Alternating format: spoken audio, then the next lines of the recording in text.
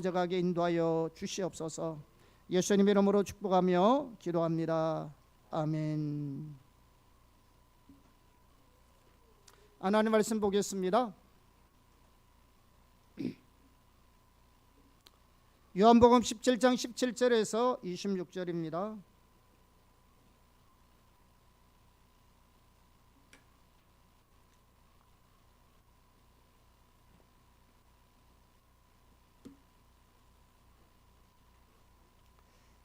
합독하겠습니다. 그들을 진리로 거룩하게 하옵소서. 아버지의 말씀은 진리니이다. 아버지께서 나를 세상에 보내신 것 같이 나도 그들을 세상에 보내었고 또 그들을 위하여 내가 나를 거룩하게 하오니 이는 그들도 진리로 거룩함을 얻게 하려 함이니이다. 내가 비옵는 것은 이 사람들만 위함이 아니요 또 그들의 말로 말미암아 나를 믿는 사람들도 위함이니 아버지여 아버지께서 내 안에 내가 아버지 안에 있는 것 같이 그들도 다 하나가 되어 우리 안에 있게 하사 세상으로 아버지께서 나를 보내신 것을 믿게 하옵소서. 내게 주신 영광을 내가 그들에게 주었사오니 이는 우리가 하나가 된 것 같이 그들도 하나가 되게 하려 함이니이다. 곧 내가 그들 안에 있고 아버지께서 내 안에 계시어 그들로 온전함을 이루어 하나가 되게 하려 함은 아버지께서 나를 보내신 것과 또 나를 사랑하신 같이 그들도 사랑하신 것을 세상으로 알게 하려 함이로소이다. 아버지여 내게 주신 자도 나 있는 곳에 나와 함께 있어 아버지께서 창세 전부터 나를 사랑하심으로 내게 주신 나의 영광을 그들로 보게 하시기를 원하옵나이다. 오로신 아버지여 세상이 아버지를 알지 못하여도 나는 아버지를 알았사옵고 그들도 아버지께서 나를 보내신 줄 알았사옵나이다. 내가 아버지의 이름을 그들에게 알게 하였고 또 알게 하리니 이는 나를 사랑하신 사랑이 그들 안에 있고 나도 그들 안에 있게 하려 함이니이다. 아멘. 자, 지난 시간에 이어서 계속해서 우리가 다가오는 승리의 교회에 대해서 살펴보겠습니다. 요한복음 17장은 예수님의 대제사장적인 기도라고 우리가 말씀하고 있습니다. 그래서 우리는 예수님의 중보 기도를 통해서 말세 지말에 하나님께서 하나님의 교회를 세우실 그런 회복시키실 교회의 모습을 우리가 볼 수 있습니다. 다시 말하면 승리하는 교회의 모습을 볼 수 있습니다. 우선 우리가 지난번에도 살펴봤듯이 성경에 보면 주님이 오시기 전에 하나님의 교회가 회복되어질 것을 예언하고 있습니다. 특히 교회가 예수님이 다시 오시기 전에 신부로 준비되어 있을 것을 예언하고 있습니다. 그런데 요한복음 17장의 예수님의 기도는 바로 말세 지말에 주님의 신부로 준비되어질 교회에 대해서 기도하고 있습니다. 또한 요한복음 17장의 예수님의 기도는 반드시 이루어질 예언적 기도입니다. 뿐만 아니라 요한복음 17장의 예수님의 기도는 앞으로 하나님께서 이루실 일에 대한 하나님의 계획이 담겨져 있습니다.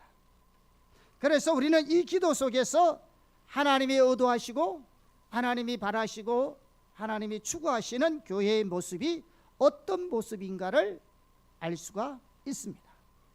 또한 말세 지말의 놀라운 승리의 교회, 다시 말하면 회복의 교회의 모습이 어떤 모습인지도 알 수가 있습니다.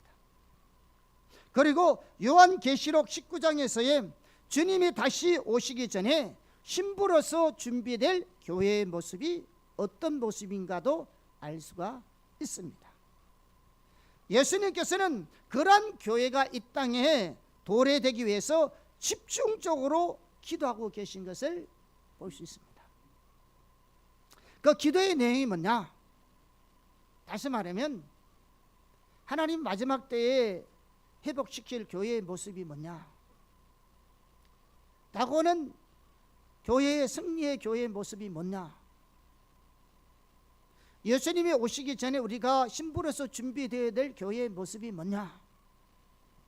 주님이 마지막에 그토록 기도하고 기도하시면서 세워지기를 원하는 교회의 모습이 뭐냐? 이 5가지가 오늘 본문에 있는 것입니다. 첫째는 뭐라고요? 전례 없이 주를 깊이 아는 교회입니다. 둘째는 전례 없이 주님을 뜨겁게 사랑하는 교회입니다. 셋째는 전례 없이 거룩한 교회고, 넷째는 전례 없이 하나 되는 교회고, 다섯째는 전례 없이 강한 능력의 교회입니다. 그러니까 앞으로 가면 갈수록 교회의 이상적인 모습이 어떻게 되어졌냐면 전례 없이 주님을 알고 사랑하고 거룩하고 하나 되고 강한 능력의 교회로 세워져야 하는 겁니다. 이게 마지막 때의 교회의 모습입니다. 이게 마지막 때 성도들의 신앙의 모습이라고요. 그래서 우리가 첫 번째부터 세 번째까지 지난 시간에 살펴봤습니다. 살펴보면서 순서가 중요하겠습니다. 왜냐하면 우리가 하나님을 아는 만큼 하나님을 사랑할 수 있기 때문에 그렇습니다. 그리고 하나님을 알고 하나님을 사랑하는 만큼 거룩할 수 있기 때문에 그렇습니다. 자, 오늘은 넷째, 다섯째를 살펴보겠습니다. 자, 네 번째, 다가오는 승리의 교회는 전례 없이 하나 되는 교회입니다. 요한복음 17장에서 예수님께서 제자들을 위해서 또는 교회를 위해서 기도하면서 가장 많이 기도하시고 가장 많이 반복적으로 기도하고 계시는 내용이 뭐냐면 하나 되는 겁니다. 하나 되는 거라고요. 여러분, 하나 되는 것이 얼마나 중요한지 아세요? 우선 17장 21절에서 22절을 보겠습니다. 같이 보겠습니다. 아버지여, 아버지께서 내 안에 내가 아버지 안에 있는 것 같이 그들도 다 하나가 되어 우리 안에 있게 하사 세상으로 아버지께서 나를 보내신 것을 믿게 하옵소서. 내게 주신 영광을 내가 그들에게 주었사오니 이는 우리가 하나가 된 것 같이 그들도 하나가 되게 하려 함이니이다. 자, 예수님과 하나님이 하나가 된 것 같이 하나님의 교회가 하나 되기를 원하십니다.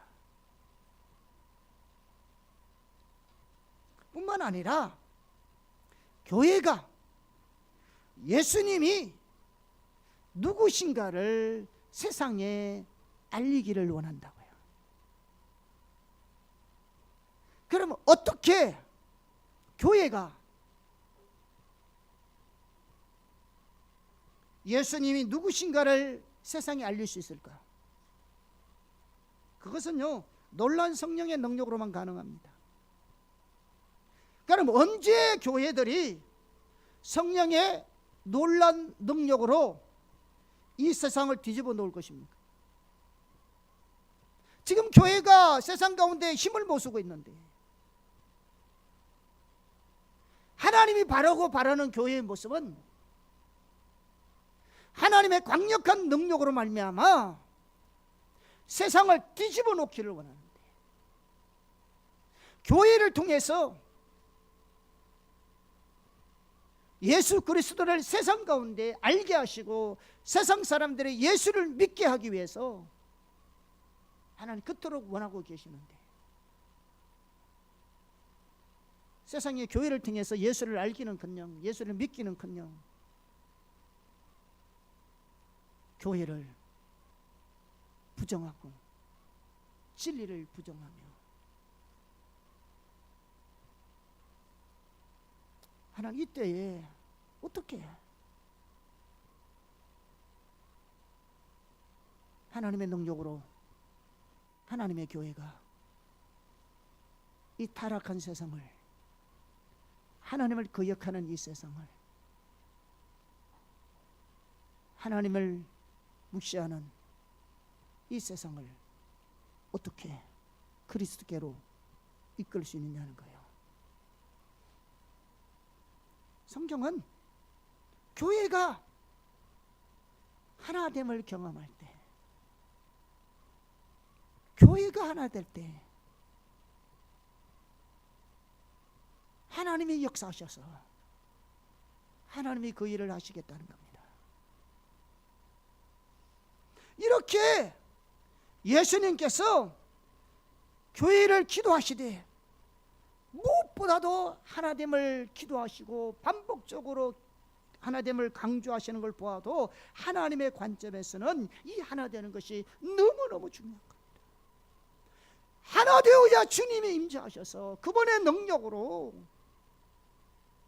교회를 통해서 세상 가운데 하나님의 거룩한 영광을 드러내서 세상을 뒤집어 놓을 수 있을 텐데, 세상이 갈기갈리 찢어져 있으니 어떻게 힘을 얻을 수 있냐는 겁니다. 그래서 하나님의 관점에서는요, 교회가 하나 되는 것이 너무너무 중요합니다. 뿐만 아니라요, 교회의 본질을 보더라도 하나됨의 중요성을 알 수 있습니다. 성경에서요, 교회가 무엇인지를 보여주는 은유적 표현들이 많이 있습니다. 예를 들면 한 신랑에 따른 한 신부, 한 목자에 따른 한 양떼, 한 포도나무에 붙어있는 한 무리의 가지, 한 왕에 따른 한 왕국, 한 아버지에 속한 한 가족. 우리는 한 아버지의 한 가족이잖아요.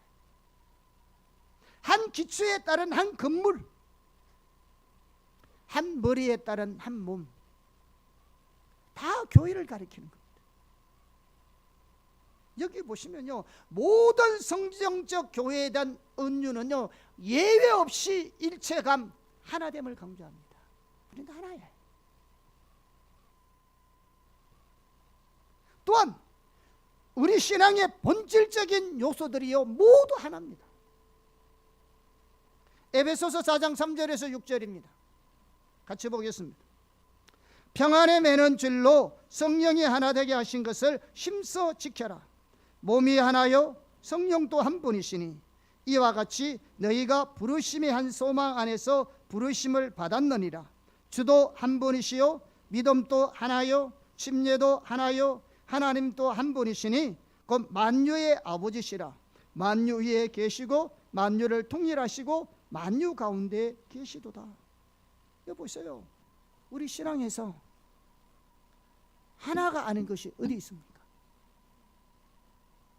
몸, 교회를 가리키죠. 하나입니다. 성령, 하나. 소망, 하나예요. 주, 믿음, 심령, 하나님. 여기 성령 나오죠. 주님 나오지요. 하나님의 삼위일체 한 분이죠.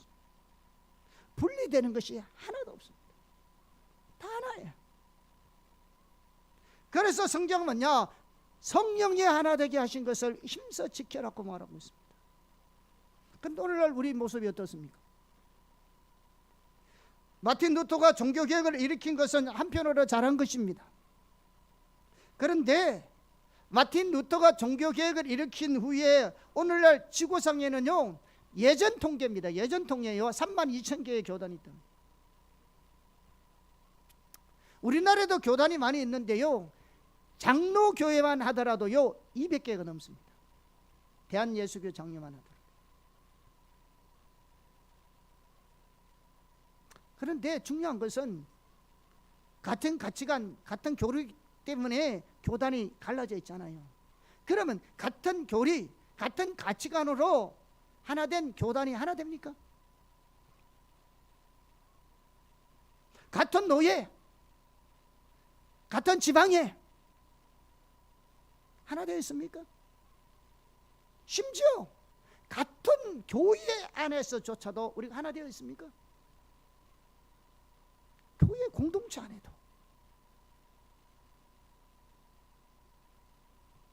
교회가 하나 되려면 자기 중심적인 삶이 느려져야 합니다. 자기 중심적인 삶이 내려져야 하나됨이 가능합니다. 우리는 다 하나 되는 것을 주장합니다. 또 하나 되는 것이 중요하다는 걸 압니다. 다 그 소중함을 얘기합니다. 모든 목회자들은 하나됨을 가리킵니다. 그런데 하나 되지 않습니다. 왜 안 되는지 아세요? 하나 되는 것이 중요하다는 것을 몰라서 안 되는 것이 아니고요, 자기가 내려지지 않기 때문에 하나 안 되는 겁니다. 그러므로 교회가 하나 되려면요, 자기 중심적인 삶이 철저하게 내려져야 합니다. 우리가 다 하나 되기 원하죠. 그런데 자기가 원하는 대로 하나 되기를 원하는데 어떻게 하나 됩니까? 자기 주장, 자기 생각, 자기 의견, 그게 관철되기를 원하는데 어떻게 교회 안에서 어떤 일을 행할 때도 어떻게 하나 되어 한 몸으로 한 비전으로 주님 앞에 우리가 동참할 수 있겠습니까? 자기 생각, 자기 주장은 성경에 의하면 철저하게 타락한 것이고 그것이 악한 것이라고 얘기하는데,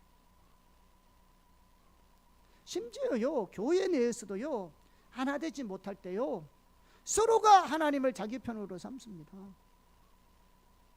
자기들이 하나님을 대변하는 것처럼 성경을 이야기하고요 하나님을 이야기합니다. 그런데 어떻게 하나 될 수 있습니까? 하나 되는 것은 구호에 불과합니다. 실제의 삶에서 절대로 하나 되지 않습니다. 바울은 고린도전서 16장에 보면 여러 사람 말 중에 17절에 보면 세 명의 이름을 특별히 거론합니다.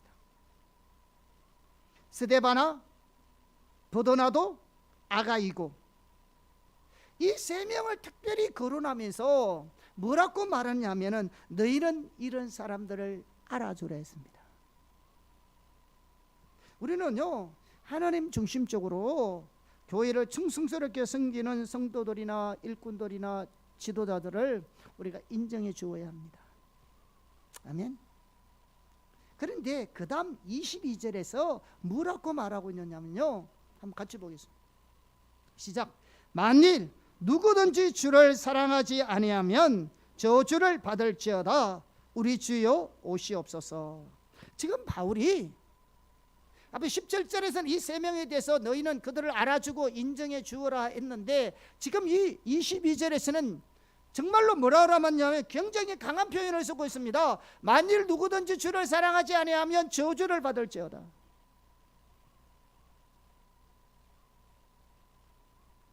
이 말씀이 무슨 말씀이 있냐면 페트라 주석에서는 이 구절을 이렇게 해석했습니다. 본절에서 바울이 고린도 교회에 가르치는 바는 주님께 대한 사랑이 없이 자기 생각과 행동을 고집하는 사람들에게 주의 공의로운 심판이 임할 것임을 경고하는 것이다. 이 말씀이 무슨 말이냐면 교회 가운데 하나님의 지체들이 주님을 위해서, 교회를 위해서 수고하고 헌신합니다. 그런데 그들이 교회를 위해서, 주님을 위해서 수고하고 헌신하지만 자기 생각대로, 자기 고집대로 하는 자들을 가르쳐서 하나씩 말씀입니다. 하나님의 일은 내 고집으로 하는 게 아니에요. 충성한다니까요. 교회 안에서 희생한다니까요. 헌신한다니까요. 열심히 봉사한다니까요. 어떻게 보면은 누구보다 더 많은 헌금을 할 수도 있습니다. 누구보다 더 많이 봉사할 수도 있습니다. 그런데 문제는 뭐냐? 자기 생각대로, 자기 고집대로 하면은 뭘 받는다고요? 저주를 받을지어라. 우리 하나님의 사랑하는 마음으로 해야 되잖아요. 자기 생각대로, 자기 고집대로 하는 것은 하나님을 사랑하는 마음을 하는 것이 아니라는 말입니다. 우리가 섬기되면 어떻게 섬겨야 된다고요? 지난번에 하나님 사랑하는 마음으로 섬겨야 되잖아요.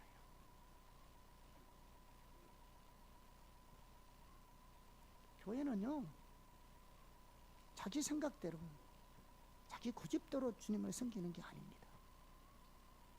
주님을 사랑하는 마음으로 섬겨야 합니다.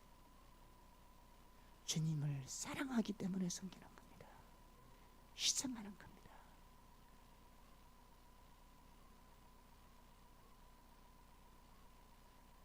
주님을 사랑하지 않고 아무리 많은 헌신이 있고요, 희생이 있다 할지라도 그는 참 신앙이 아닙니다.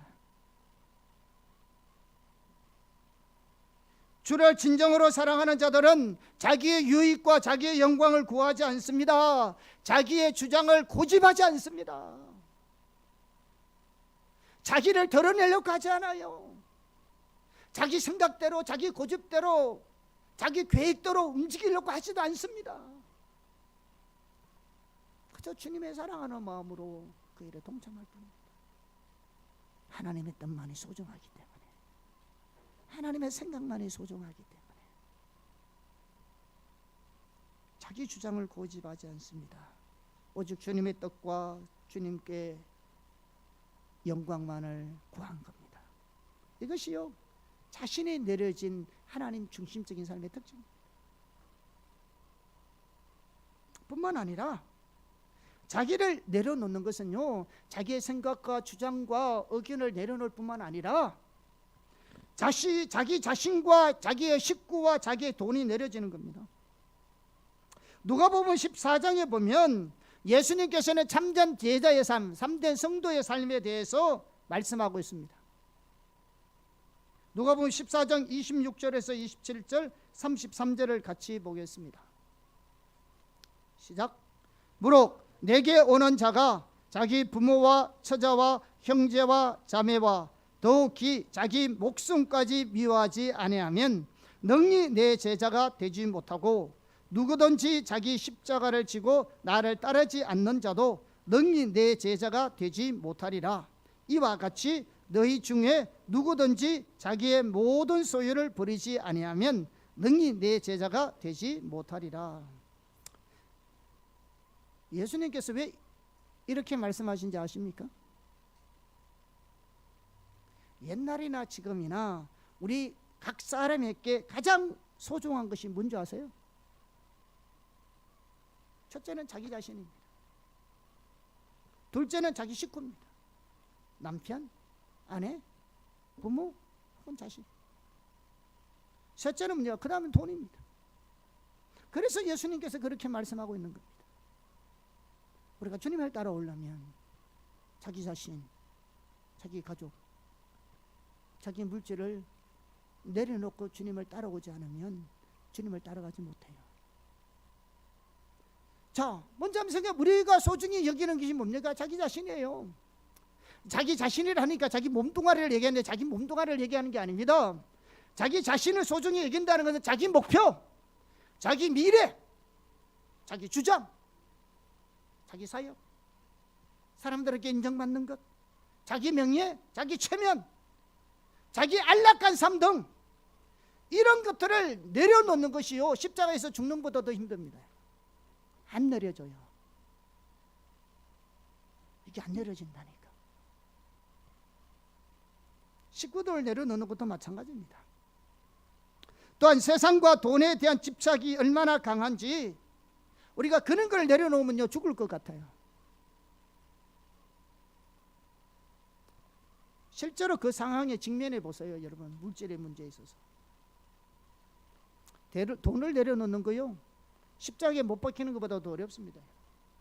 실제로 해보세요.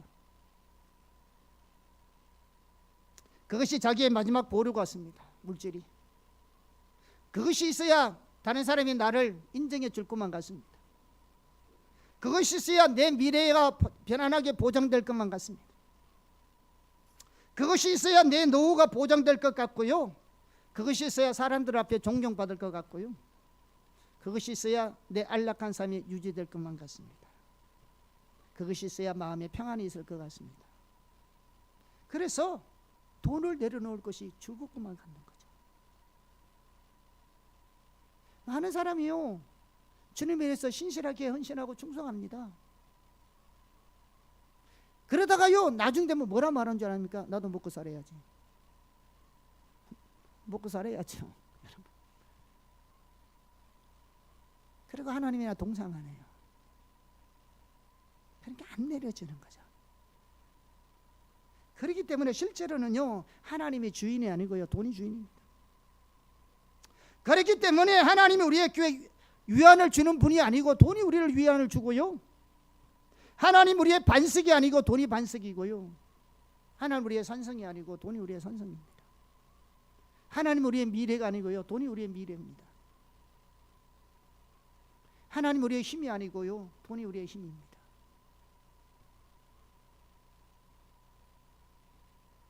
그런 상황에서 아무리 하나님이 우리의 주인이라고 말할지는 몰라도요, 실제로 하나님 우리의 주인이 아닙니다. 하나님의 주권되는 삶은 절대로 안 내려줍니다. 안 내려놓습니다. 주님께서 누구든지 자기의 모든 소유를 버리지 않으면 능히 내 제자가 되지 못하리라고 한 말씀이 무슨 말씀인지 아세요? 이거 뭐는 다 팔아가지고 다 나눠줘라는 말입니까? 아닙니다.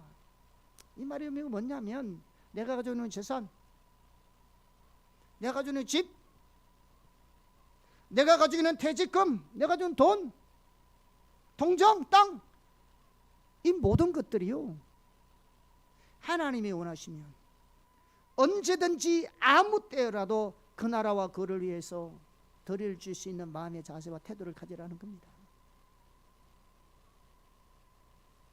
하나님이 원하시면 내가 가지고 있는 모든 것, 하나님의 필요하시고 하나님 원하시면 그 나라를 위해서 언제든지 드릴 수 있는 마음의 자세를 가지고 살아라는 겁니다. 그게 주님의 주되신 삶이고요, 그게 참된 섬김의 삶이고요, 그게 우리 모든 것을 내려놓고 주님을 따라가는 삶입니다. 주님이 원하시면 옥합도 깨뜨릴 수 있는 자세,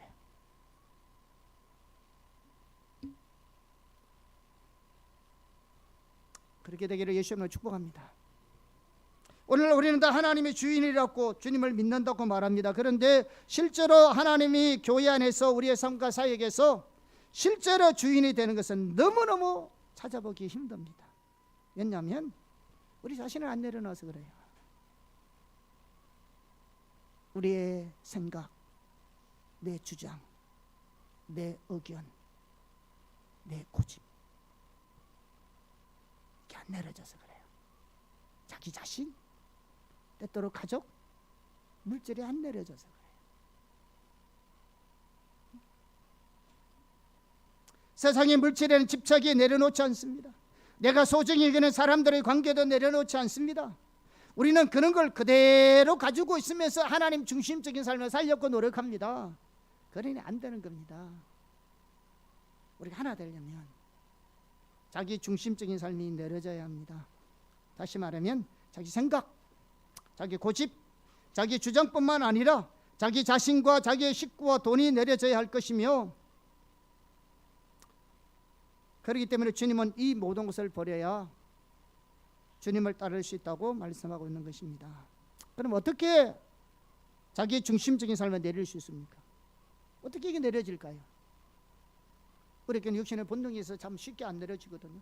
어떻게 내려질 수 있을까요? 사도 바울처럼 사람들 앞에서 인정받을 수 있는 종교적인 배경과 헌신과 열심, 그 모든 것들을 배설물로 여기고 하나님 알고 하나님을 사랑하는 것이 우리의 유일한 목적과 목표가 되고, 하나님 한 분만이면 만족하고 주님만이 나의 유일한 구원이시요 생명이 되며 주님의 뜻만이 이루어지기를 열망할 때, 그때 비로소 자기 자신이 내려줄 수 있고 진정으로 하나 될 수 있습니다. 이게 하나님 중심적인 삶이고요, 이 삶 가운데 하나님의 생명이 넘치게 되고 있습니다. 뿐만 아니라 교회가 하나 되려면 철저하게 십자가 복음이 있어야 합니다. 아멘. 인류 역사 중에서 가장 큰 차별이 이방인과 유대인의 차별이랍니다. 그 흑백의 논리보다도 더 심한 것이 유대인과 이방인의 차별이랍니다. 이 엄청난 갭에도 불구하고요, 주님을 따르되 자기 나름대로의 열심, 자기 전통, 영적 우월감, 자기 주장, 자기 의가 철저하게 파괴되고 주님의 십자가 보혈의 공로를 믿음으로 의지하였을 때 그 모든 엄청난 갭도 무너지고 하나가 되는 것을 볼 수 있습니다. 여러분, 유대인과 이방인이 하나 되는 것은 복음밖에 없습니다. 복음밖에 없다고요. 모든 인종의 차별도 복음밖에 없다고요. 모든 신분의 차별도 복음밖에 없다고요. 복음밖에 없다고요. 이것을 없앨 수 있는 게 복음의 힘입니다. 로마서 10장 12절입니다. 시작. 유대인이나 헬라인이나 차별이 없음이라 한 분이신 주께서 모든 사람의 주가 되사 그를 부르는 모든 사람에게 부여하시도다. 아멘. 갈라디아서 3장 28절. 너희는 유대인이나 헬라인이나 종이나 자유인이나 남자나 여자나 다 그리스도 예수 안에서 하나이니라. 신분의 차별이 없다니까요. 남녀 요소의 차별이 없다니까요. 여러분, 없다니까요. 복음 안에는 하나예요. 아멘. 복음만이 하나 될 수 있다고요.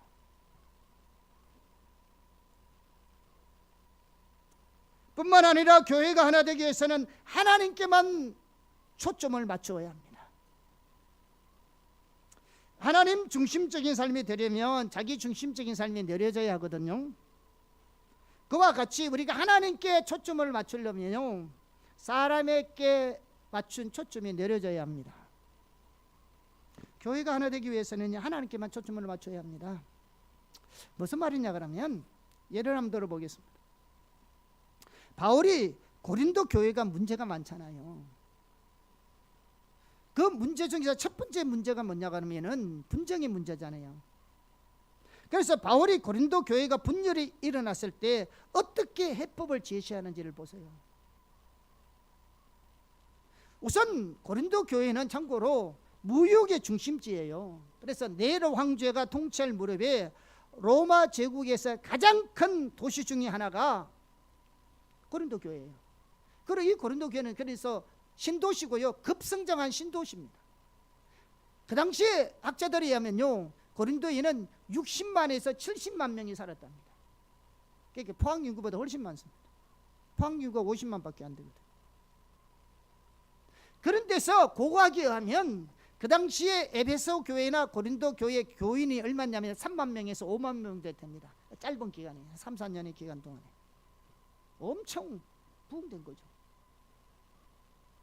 그런데 그 교회 안에 분쟁이 생긴 겁니다. 이 분쟁이 생겼을 때 바울이 어떻게 해법을 제시하는지 보시라고요. 자, 고린도서 3장 4절에서 8절입니다. 시작. 어떤 이는 말하되 나는 바울에게라 하고 다른 이는 나는 아볼로에게라 하니 너희가 육의 사람이 아니리요. 그런즉 아볼로는 무엇이며 바울은 무엇이냐? 그들은 주께서 각각 주신 대로 너희로 하여금 믿게 한 사역자들이니라. 나는 심었고 아볼로는 물을 주었으되 오직 하나님께서 자라나게 하셨느니라. 그런즉 심는 이나 물 주는 이는 아무것도 아니로되 오직 자라게 하시는 이는 하나님뿐이니라. 심는 이와 물 주는 이는 한 가지나 각각 자기가 일한 대로 자기의 상을 받으리라. 아멘. 자, 보세요. 바울은 뭐냐면은 심는 사람이었고 아볼로는 물 주는 사람이라 했습니다. 쉽게 말하면 바울은 교회 개척에서 기초를 놓았던 사람이고 아볼로는 후임자 와서 교인들을 잘 말씀으로 양육했던 사람입니다. 그런데 바울은 심는다고 희생했습니다. 그러나 그 희생할 때 바울만 있었는 것이 아니겠죠. 바울이 심는 일에 함께 수고했던 사람이 있었을 겁니다. 교회 기초 놓는데 개척 멤버로서 같이 수고하고 헌신 사람이 있었다고요. 그런데 교회에 분쟁이 생겼어요. 그러면 그 사람들은 누구 편 들겠습니까? 당연하게 바울 편에 서겠죠. 자, 아볼로가 물 준다고 수고한 건 사실입니다. 그래서 아볼로만 있었던 것이 아니겠죠. 아볼로가 물을 줄 때 은혜 받고 함께 희생했던 분들이 있었을 거 아닙니까? 근데 교회에 문제가 생기자 어떻게 했다고요? 아볼로를 따랐겠죠. 자, 그래 보니까 인간적으로 보면 지극히 당연한 거잖아요. 그런데 문제가 뭔지 아세요? 고린도 교회에는 개척자 바울도 있었고 그를 따랐던 성도들도 있었어요. 그래야 교회가 세워지니까요. 아볼로가 말씀으로 잘 양육했습니다. 그래서 교회 안에는 아볼로에게 은혜 받고 신앙이 자란 성도들도 있었고요. 그래서 교회가 아름답게 세워져 갑니다. 당연해야죠. 그래서 교회를 세우고 교회 부흥을 위해서 수고하고 눈물과 희생으로 헌신한 사람들이 있었습니다. 소중한 사람들이에요. 그런데 정작 교회 가운데 그 모든 것을 주관하시고 교회를 세우시고 행하시고 이루시는 하나님은 없었습니다. 교회를 개척하는 목회자도 있었고 창립할 때 수고한 성도들도 있었고 교회를 세워가는 데 있어서 필요한 목회자도 있었고 그 일에 수고하는 성도들도 있었는데 그 가운데 하나님은 없었습니다. 실제로 하나님의 교회를 세우시고 계셨는데 여러분 모든 교회나 단체의 분쟁을 보세요. 그 일어나는 원인이 하나님입니까? 사람입니까? 하나님 때문에 일어났습니까? 사람 때문에 일어났습니까? 모든 분쟁은 사람 때문에 일어난 겁니다. 말은 하나님 때문에 한다 하지만 다 사람 때문에 일어난 겁니다. 어떤 경우든 사람이 전면에 등장하는 하나님은 없습니다. 어느 목회자든 어느 누가 헌신을 했든 사람이 전면에 등장하면 하나님은 없습니다. 우리의 수고가 필요 없는 것이 아니라니까요. 교회가 개척되어지고 또 교회가 세워지고 교회가 하나님의 비전을 따라 우리가 세워가는데 수많은 헌신과 희생과 섬김의 사람이 필요하다고요. 그래야 교회가 세워지죠. 그래야 하나님 뜻이 이루어지죠. 그런데 사람에게 초점을 맞추면 하나님은 없다고요. 어느 교회이든지 단체이든지 한 교회가 세워지는 데 있어서 바울같이 교회의 기초를 놓는 사람, 10년 역할을 하는 일에 헌신과 수고를 하는 분들이 있습니다. 또 반면에 아볼로와 같이 교회를 세워가는 사람, 무너지는 역할에 헌신하고 희생하는 분들이 있습니다. 너무나 귀하고 소중합니다. 모두가.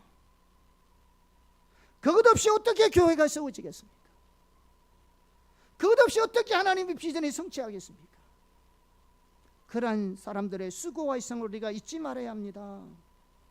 그리고요, 이러한 헌신과 섬김과 희생에 수고하는 분들이 앞으로도 계속 있어야 합니다. 근데 중요한 것이 뭔지 압니다. 그 모든 것을 통해서 하나님이 하고 계신다는 것을 기억해야 합니다. 초점이 하나님께 있어야 합니다.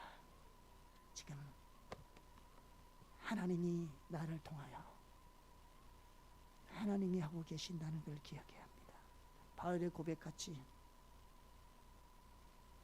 심는 거와 물질이는 건 아무것도 아니라되 오직 자라게 하시는 분은 하나님 뿐이니라.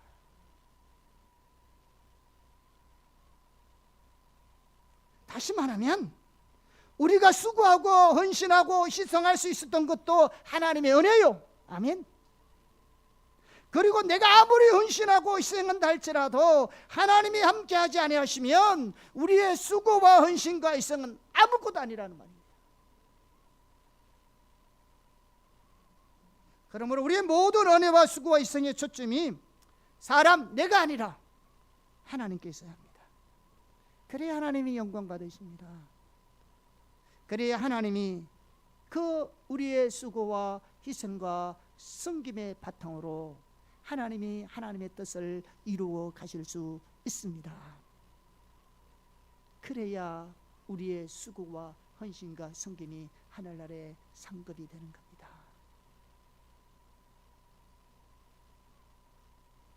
기독교는 철저하게 희생 위에 세워진 종교입니다.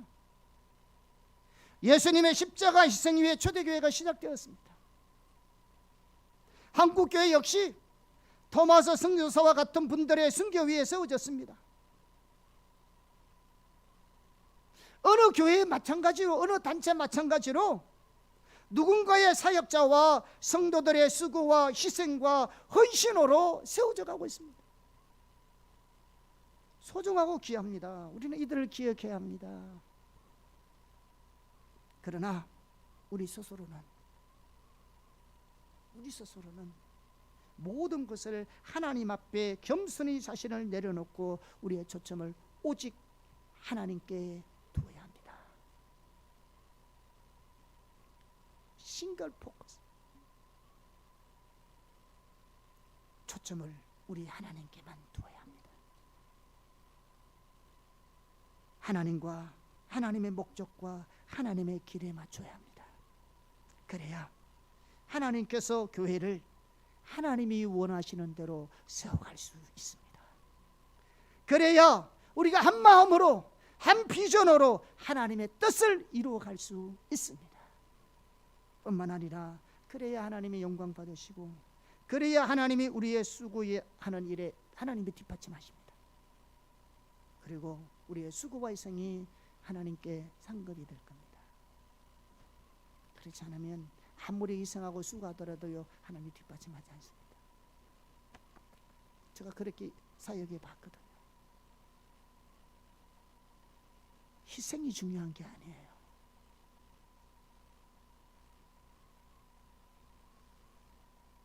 하나님의 뜻대로 해야 됩니다.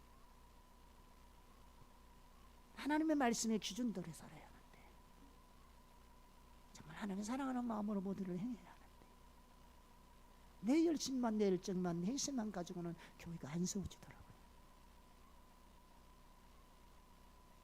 그렇게 하나님께 초점을 맞춰야 합니다. 아멘.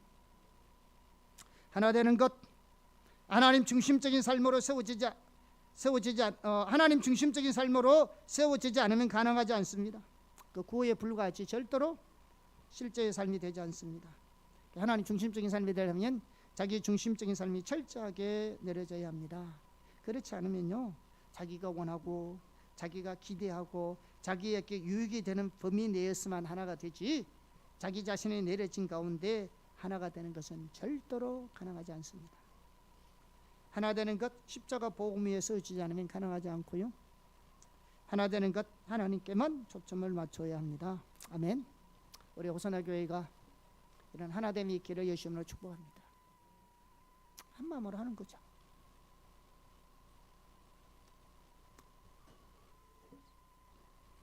지금까지 교회가 세워지면서 이렇게 우리가 한 비전에 놓고 이렇게 함께, 여러분이 함께 한 마음으로 동참해 주셔서 너무 감사합니다. 어느 누구도 우리의 생각과 고집과 의견이 아닌 하나님의 행하시는 보고 믿음으로 따라가고 있는 교회인데요, 거기에 기꺼이 우리가 함께 동참해 주셔서 너무나 감사합니다. 아멘. 하나님의 교회를 세워가실 겁니다. 결단과 우리의 수고와 헌신이 헛되지 않을 줄 믿습니다. 감사드리고요. 다섯째, 다가오는 승리의 교회는 전례 없이 강한 능력의 교회가 될 것입니다. 주님은 전례 없이 강한 능력의 교회를 세우고 계십니다. 우리가 다가오는 하나님의 군대에 대해서 이 부분을 살펴봤습니다. 그런데 전례 없이 강한 능력의 교회는요, 하나됨과도 아주 밀접한 관계를 가지고 있습니다. 그래서 이 5가지 순서가 중요하다 했잖아요. 우선 요한복음 17장 21절과 23절을 보겠습니다. 시작.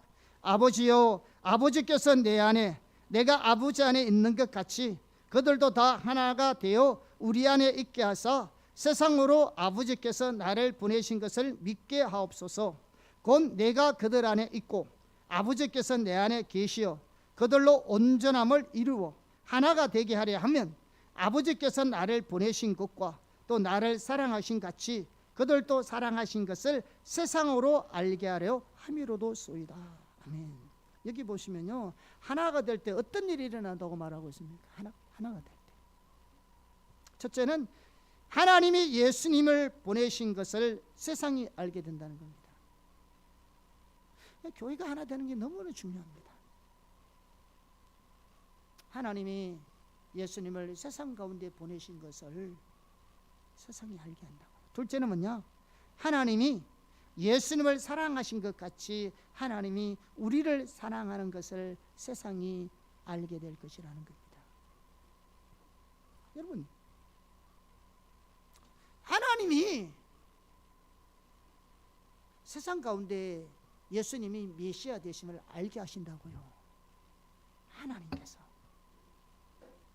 우리가 복음을 전해서 세상 가운데 예수님이 우리의 메시아 되심을 전한 것 같지만 실제로 그 일을 하시는 분이 누구라고요? 하나님이 하신다고요. 교회를 통해서, 저와 여러분을 통해서. 하나님이 예수님을 사랑하셨는데 그 하나님의 예수님을 사랑한 것 같이 하나님도 우리를 사랑하신다고요. 여러분, 하나님의 예수님을 얼마나 사랑하셨을까요? 하나님이 그 독생자 하나밖에 뿐인 그 아들 예수님을 사랑하신 것과 똑같이 하나님이 우리를 사랑하신다고요.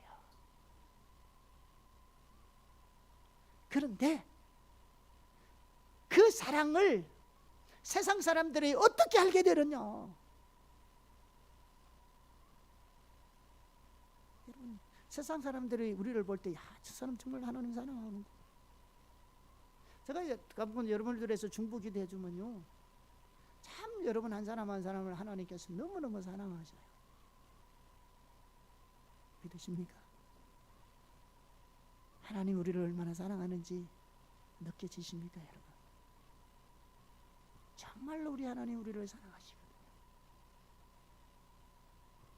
우리의 삶과 상관없이 주님의 십자가 공로로 말미암아, 그 은혜로 말미암아 하나님 우리를 너무너무 사랑하신다고요. 근데 세상이 알까요? 하나님이 우리를 사랑하시는 것을 세상 사람들이 알까요? 다시 뒤집어 봅시다. 지보 경제가 힘들겠지만 뒤집어서 생각해 봅시다. 왜 세상 사람들이 예수님을 모를까요? 왜 세상 사람들이 하나님은 우리를 사랑하시되 독생자도 아끼지 아니하시고 우리를 위해서 내어주신 그 하나님의 사랑을 받고 있는데 왜 세상 사람들이 그걸 모를까요?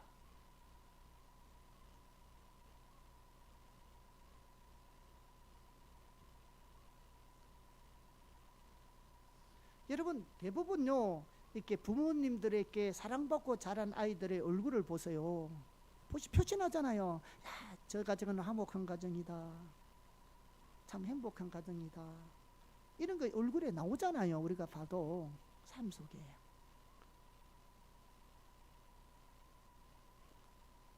성경은 하나님께서 예수님을 사랑하는 것 같이 동일하게 우리를 사랑하고 있다고 말했습니다. 또 실제로 우리를 사랑하고 계시는데 왜 진짜 우리는 모를까요?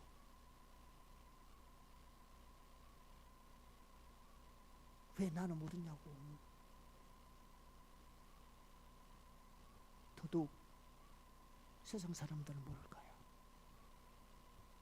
이게 뭐 할 때 나타난다고요? 우리가 하나 될 때 하나님의 능력을 나타내심으로 하나님 그 일을 하시는 거예요. 우리의 노력으로 되는 게 아니에요. 우리가 하나 될 때 그 일을 하신다는 겁니다.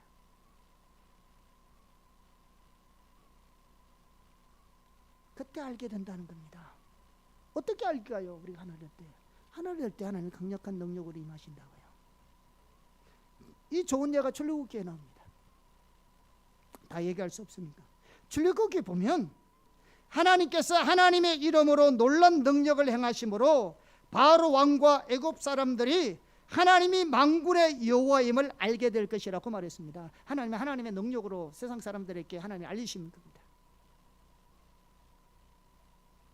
이와 같이 언제 세상 사람들이 하나님의 예수님의 보내신 것을 알게 될 것이냐? 언제 세상 사람들이 하나님이 예수님을 사랑한 것과 같이 우리를 사랑하고 계신 것을 세상 사람들이 언제 알게 될 것인가? 예수님의 이름으로 하나님만이 할 수 있는 일들이 교회 가운데, 우리의 삶 가운데 놀랍게 나타날 때 세상은 하나님이 예수님을 보내시고 우리의 구수주 되심을 알게 될 것이라는 말입니다. 그리고 그렇게 놀라운 일을 행하신 것을 볼 때 세상은 하나님이 예수님을 사랑하신 것 같이 우리를 사랑하는 것을 알게 될 것이라는 말입니다. 아멘. 그래서 예수님을 알게 되든 하나님의 사랑을 알게 되든 하나님의 놀라운 능력의 역사가 나타나야 하는데 그 성령의 놀라운 능력의 역사가 우리가 하나 될 때 나타나는 겁니다. 여러분, 가정 속에도 보세요. 하나님이 하나 된 가정에 하나님 놀라운 은혜가 부어질 겁니다.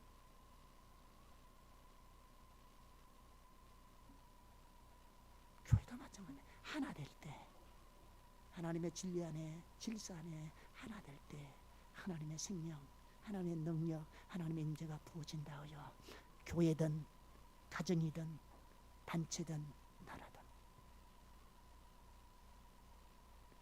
그래서 하나됨이 중요한 겁니다. 하나됨이 중요하다고요.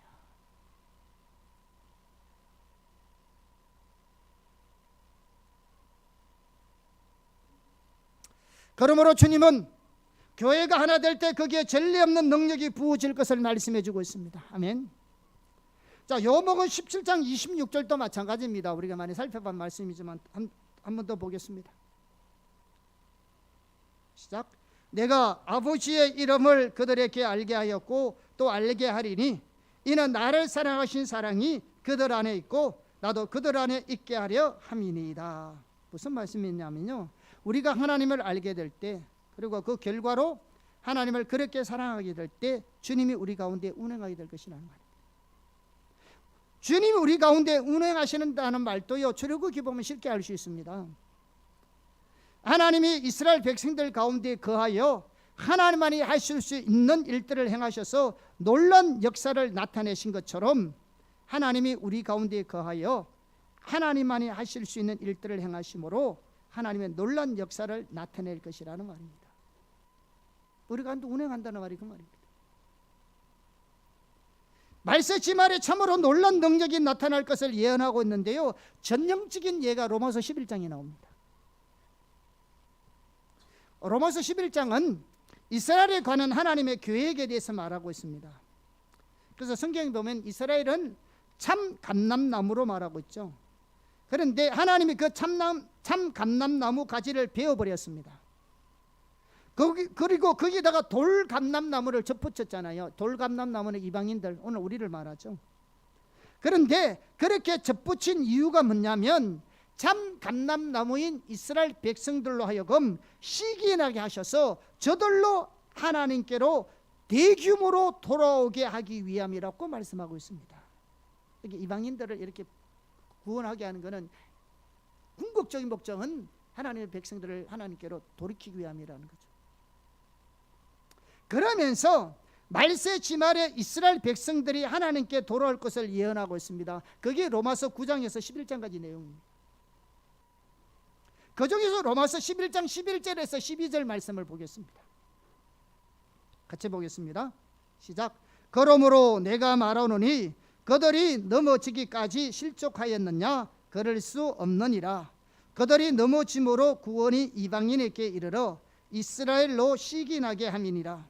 그들의 넘어짐이 세상의 풍성함이 되며 그들의 실파가 이방인의 풍성함이 되거든 하물며 그들의 충만함이리요. 자, 이 말이 무슨 말이냐 그러면 이렇습니다.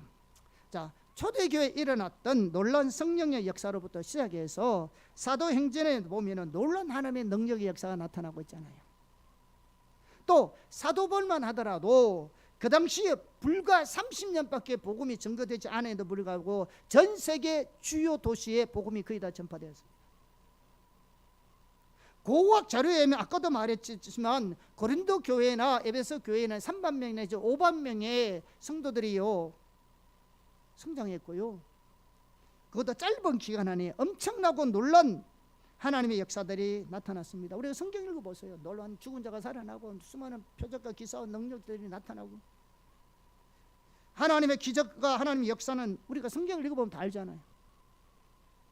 그런데 성경이 뭐라고 말한가 하면요, 이것이 다 뭐냐면 이스라엘의 실패로 주어진 거라는 겁니다. 이스라엘이 무너져서 나타난 것이라고 말합니다. 그러면서 뭐라고 말하냐면 말세 지말에 이스라엘 백성들이 돌아올 텐데 저들의 넘어짐으로 인해서 이방인 가운데 나타난 하나님의 놀라운 능력의 역사도 우리가 봐서도 엄청난데 유대인들이 하나님께로 돌아오는 것을 통해서는 얼마나 놀라운 충만함이 부어지겠나 이 말입니다.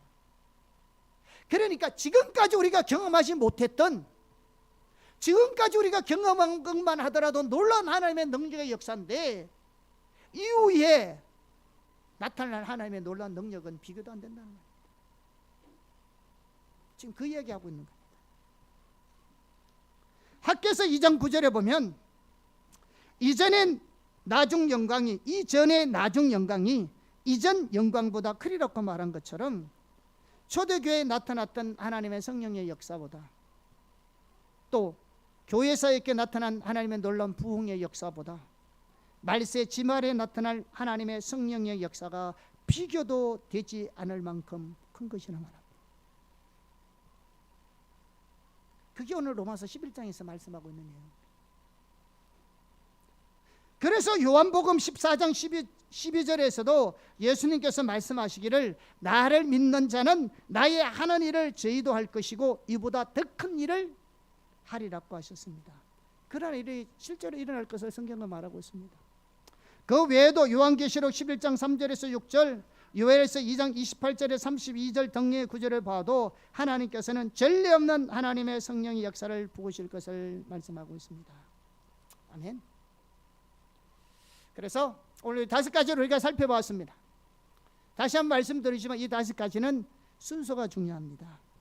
전례 없이 하나님을 알 때 하나님을 사랑할 수 있고요, 하나님 알고 하나님을 사랑할 때 거룩함을 누릴 수 있습니다. 그러므로 우리의 신앙은 주님을 아는 것이고요, 사랑하는 것입니다. 하나님은 전례 없이 주를 깊이 아는 교회를 세우고 계십니다. 그러므로 우리는 무엇보다도 주님을 알기를 추구해야 합니다. 아멘. 진실로 하나님 그분만이 우리의 모든 것 되시는 삶을 추구해야 합니다. 하나님이 만족한 그 외에는 아무것도 필요하지 않는 삶을 추구해야 합니다. 하나님만이 우리의 원하는 모든 것 되시는, 하나님만이 우리의 바라는 모든 것 되시는 그러한 삶을 추구해야 합니다.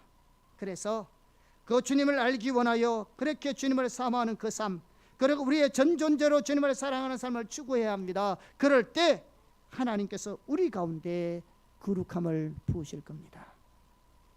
하나 되게 하실 것이고요, 하나님의 때에 전례 없는 하나님의 능력을 부으셔서 다가오는 하나님의 부흥을 이 땅 위에 보내실 겁니다. 마지막으로 성경 구절 한 구절 보고 마치겠습니다. 이사야 59장 19절입니다. 시작. 서쪽에서 여호와의 이름을 두려워하겠고 해돋는 쪽에서 그의 영광을 두려워할 것은 여호와께서 그 기운에 몰려 급히 흐르는 강물같이 오실 것이미로다. 아멘. 주님의 영광과 능력이 물결과도 같이 우리 가운데 임하시는 역사가 일어나기를 간절히 사모합니다. 저 파도가 선물결입니다. 하나님의 영광의 임재가 우리 가운데 임하기를 예수님으로 축복합니다.